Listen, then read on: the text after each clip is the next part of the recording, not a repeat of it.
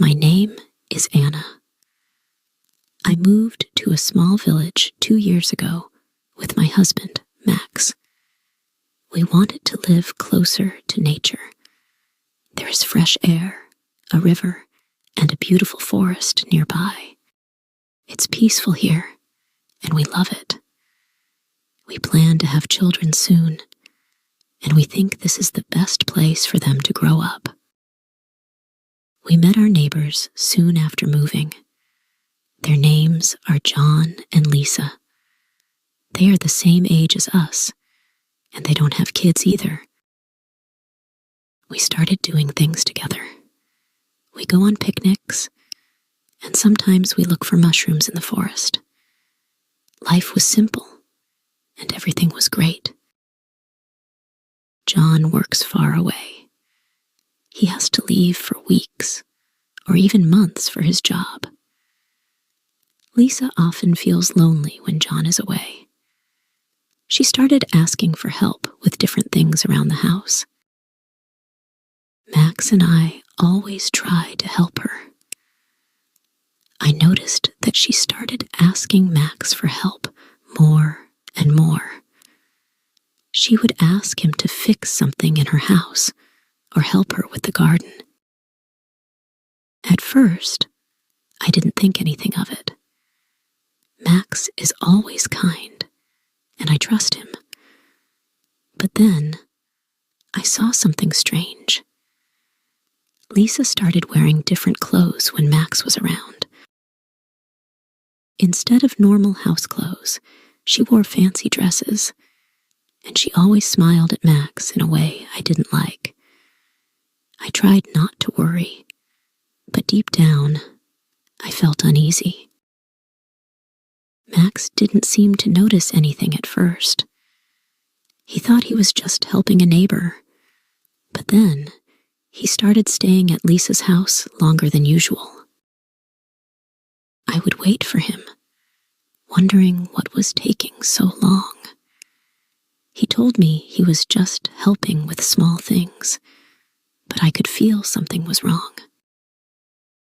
One day, I asked Max, "Why do you spend so much time with Lisa?" He looked surprised and said, "I'm just helping her out. She needs help with her house because John is away." I nodded, but I didn't feel better. I started to watch them more closely. When Max went to Lisa's house, I would find reasons to visit too. I wanted to see what was going on. Every time I went over, Lisa would act like everything was fine. But I could see how she looked at Max. It wasn't friendly anymore. There was something more in her eyes, something that made me uncomfortable. One evening, Max came home late again.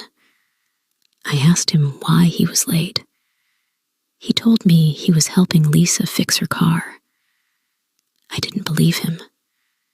I didn't say anything, but I knew something was going on. I couldn't stop thinking about it. I started dreaming about Lisa. In my dreams, she would try to take Max away from me. I woke up feeling angry and scared. I knew I had to talk to Max again, but I didn't know how to start. One day, I saw Max and Lisa talking outside.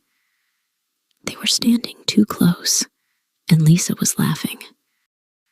My heart started beating fast. I couldn't take it anymore. I went outside and asked them what was going on. Lisa smiled at me, but it wasn't a friendly smile. "Oh, Anna, we were just talking about the garden," she said. I looked at Max. He didn't say anything. He looked guilty. That night, I told Max how I felt. I told him I didn't like the way Lisa was behaving, and I didn't like how much time he spent with her. Max was quiet for a while. Then he said, "I'm sorry, Anna. I didn't realize how much it was bothering you." I felt a little better, but I still wasn't sure if I could trust him completely. From that day on, Max tried to avoid Lisa. He stopped going to our house as often, and I noticed that Lisa started spending more time alone. Weeks passed, and things seemed to go back to normal. But I still think about what happened. I trust Max, but I don't trust Lisa. I know she wanted something more, and I'm glad I said something before it went too far. Even though Max promised to stop helping Lisa so much, I still felt uneasy. Every time he went outside, I worried that Lisa would come by. I didn't want to be the kind of wife who always watches her husband, but I couldn't help it. One day, Lisa came over to our house. She had a cake in her hands and smiled sweetly. "Hi, Anna," she said. "I made this for you and Max. I hope you like it." I smiled back, trying to be polite. "Thank you, Lisa," I said, taking the cake. "Is Max home?" she asked, looking around me, trying to see if he was inside. I wanted to say no, but I knew Max was just in the next room. "Yes, he's here," I said, feeling my heart beat faster. "But he's busy right now." Lisa looked disappointed, but quickly smiled again. "Oh, okay. I'll leave you two to enjoy the cake. Let me know if you need anything." She waved and left. I closed the door and felt a strange mix of relief and worry. I didn't want to let Lisa get between Max and me, but she seemed to keep trying to stay close to him. That night, I told Max about how Lisa came over with the cake. He laughed a little and said, "I think she's just being friendly. You don't have to worry." But I wasn't so sure. Lisa's smiles and her way of talking to Max didn't seem friendly to me. I decided that the best thing to do was keep a distance from her. The next week, Max went back to his usual routine of helping around the house, working in the garden, and spending time with me. I felt happy that things were returning to normal. We talked more, went on walks together, and everything seemed fine again. But one day, while Max was at work, I saw Lisa at the store.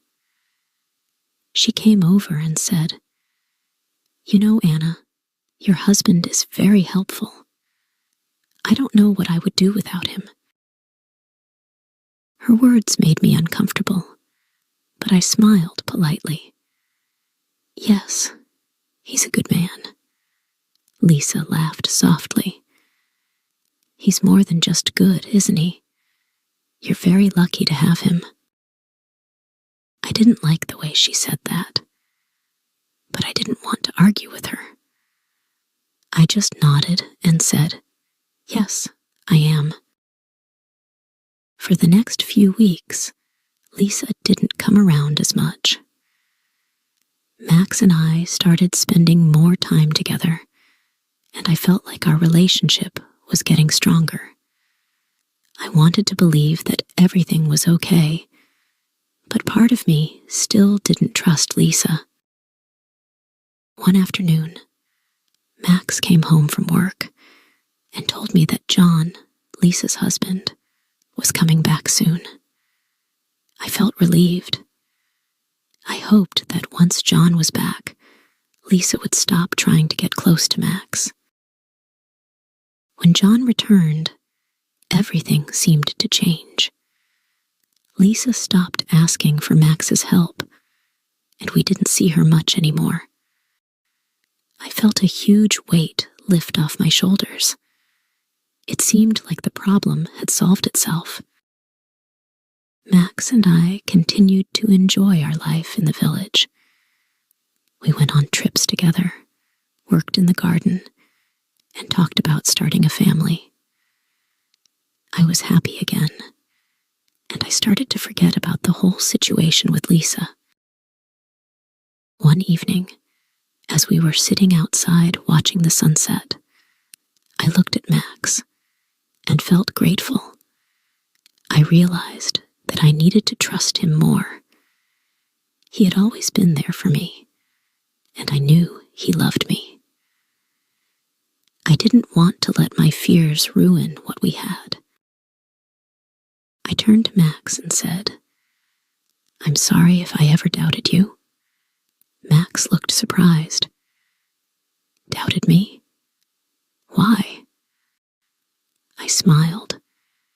"Because I love you, and I know you would never hurt me." Max took my hand and said, "I love you too, Anna. I would never do anything to hurt you." From that moment, I felt peace in my heart. Lisa was just a small part of our story, but Max and I were building something much bigger, our life together. As time passed, we stopped thinking about Lisa. John and Lisa moved away a few months later because John got a new job in the city. After they left, life in the village became peaceful again. Max and I started talking more seriously about having children, and we looked forward to the future. In the end, I learned that trust and communication are the most important things in a relationship. No matter what challenges come our way, I know Max and I can get through them together. The end. If you enjoy the story, please like, subscribe, and share.